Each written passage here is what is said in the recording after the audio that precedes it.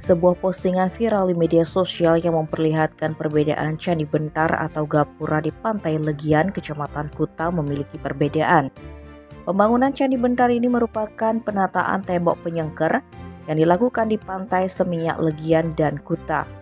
Penataan tembok penyengker tersebut memiliki nilai kontrak 26 miliar rupiah lebih.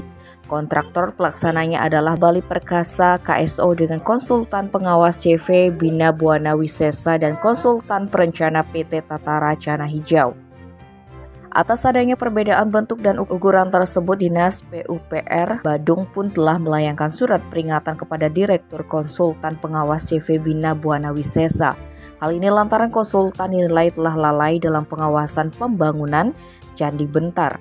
Setelah dilayangkan teguran, maka Candi Bentar yang tidak sesuai tersebut langsung dilakukan pembongkaran.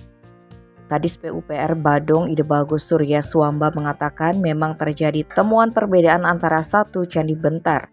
Hal tersebut merupakan hasil temuan tim monitoring yang dilakukan pada 9 Agustus 2023. Menurutnya, dari temuan tersebut telah dilayangkan teguran kepada Direktur CV Bina Buana Wisesa.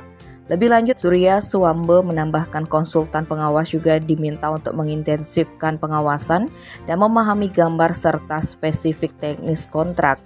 Surya Swamba menerangkan pembongkaran tembok penyengker di Pantai Kuta telah dimulai pada 8 Mei 2023.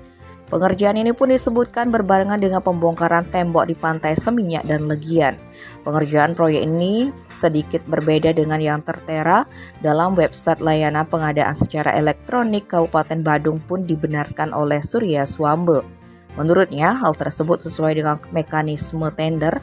Pihaknya menerangkan nilai kontrak penataan tembok penyengker sesuai dengan website LPSE Badung. Dirinya menginginkan pekerjaan tersebut dapat diselesaikan secara secepat mungkin. Seperti diketahui, renovasi tembok penyengker yang dilakukan dengan mengganti bahan menggunakan bata merah, kemudian ketinggian dari tembok akan dibuat lebih rendah dari sebelumnya. Tim Bali Express melaporkan.